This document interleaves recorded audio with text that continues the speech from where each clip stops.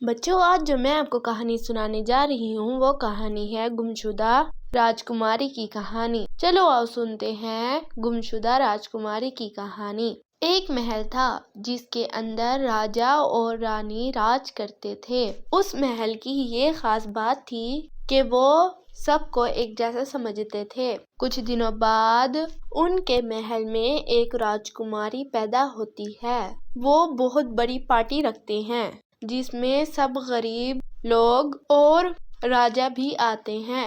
راجا اور رانی اپنی بیٹی کا نام سونا رکھتے ہیں۔ جب وہ بڑی ہوتی ہے تو بہت خوبصورت ہوتی ہے اور اس کی طرح اس کا دل بھی بہت خوبصورت تھا۔ وہ ہر کسی کی مدد کرتی تھی اور ہر کسی کے ساتھ اچھا برتاؤ کرتی تھی۔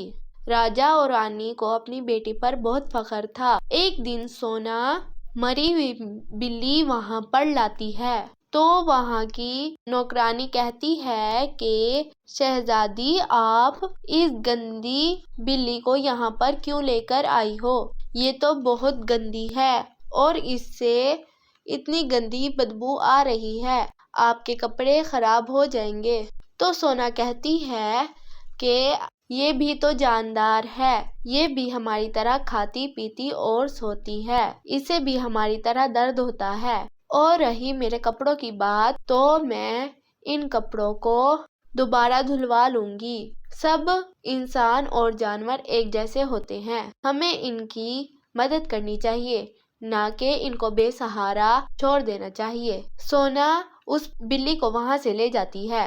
کچھ دنوں بعد سونا اپنے والدین کے پاس آتی۔ گرین جنگل جادوئی تھا۔ سونا کہتی ہے کہ ابا جان، میں نے گرین جنگل میں جانا ہے اور وہاں پر درخت، جانور اور پھل وغیرہ دیکھنے۔ راجا کہتے ہیں کہ وہ بہت خطرناک جنگل ہے، تم اگر وہاں پر چلی گئی تو واپس نہیں آؤ گی۔ سونا کہتی ہے نہیں ابا جان، میں نے وہاں پر جانا ہے، بے شک آپ میرے ساتھ بہت سارے سپاہی بھیج دینا۔ سونا کی ماں کہتی ہے کہ ہمیں اپنی بیٹی کے اوپر یقین رکھنا چاہیے، اگر یہ ہمارے سامنے کسی خواہش کا اظہار کر رہی ہے تو ہمیں اس کی خواہش کو پورا کرنا چاہیے۔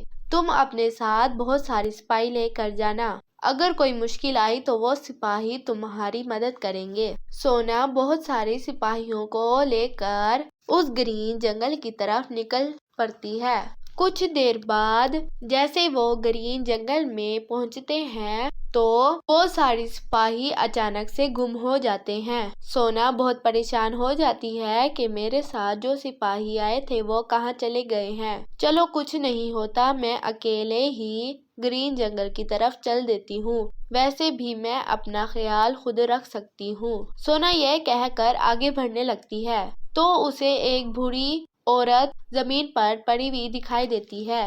تو سونا اس بوڑھی عورت کے پاس جاتی ہے اور اسے کہتی ہے کہ اماں جان، آپ کو کیا ہوا؟ تو وہ عورت کہتی ہے کہ میری بیٹی نے مجھے کہا تھا کہ آپ یہاں پر بیٹھو، میں آتی ہوں، مگر اتنی دیر ہو گئی ہے میری بیٹی نہیں آئی۔ تو سونا کہتی ہے کہ آپ کو اپنے گھر کا راستہ پتہ ہے تو مجھے اپنے ساتھ لے چلیں، میں آپ کو آپ کے گھر تک پہنچا دوں گی۔ سونا اس بوڑھی عورت کو اپنے ساتھ لے لیتی ہے۔ وہ عورت اسے کافی دور لے جاتی ہے اور ایک غار میں جا کر اسے بند کر دیتی ہے۔ ایک ہفتہ بیت گیا تھا۔ اس کے والدین بہت پریشان تھے کہ ہماری بیٹی سونا کہاں چلی گئی۔ راجا کہتے ہیں کہ تمہیں تو اپنی بیٹی پر یقین تھا، اب تمہاری بیٹی پتہ نہیں کس حال میں ہوگی۔ راجا پورے گاؤں میں اعلان کر دیتے ہیں کہ اگر کوئی سونا کو ڈھونڈ کر لائے گا تو میں اسے بہت سارا سونا دوں گا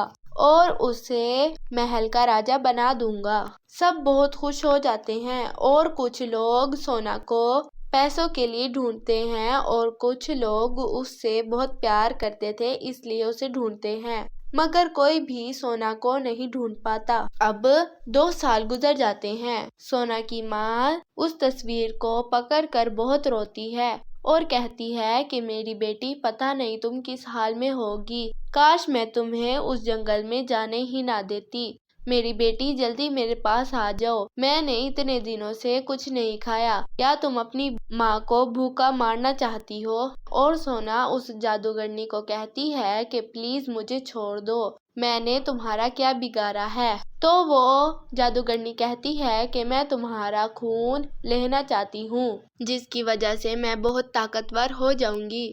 اب ایک ہفتے بعد وہاں پر وہی بلی آتی ہے جس کی سونا نے مدد کی تھی۔ وہ بلی سونا کو وہاں سے نکالتی ہے، سونا بہت خوش ہو جاتی ہے۔ بلی وہاں سے بھاگتی ہے تو سونا کہتی ہے کہ میں اس کے پیچھے پیچھے جاتی ہوں اور شاید میں اپنے محل میں پہنچ جاؤں۔ سونا اس کا پیچھا کرتی ہے تو وہ اپنے محل پہنچ جاتی ہے۔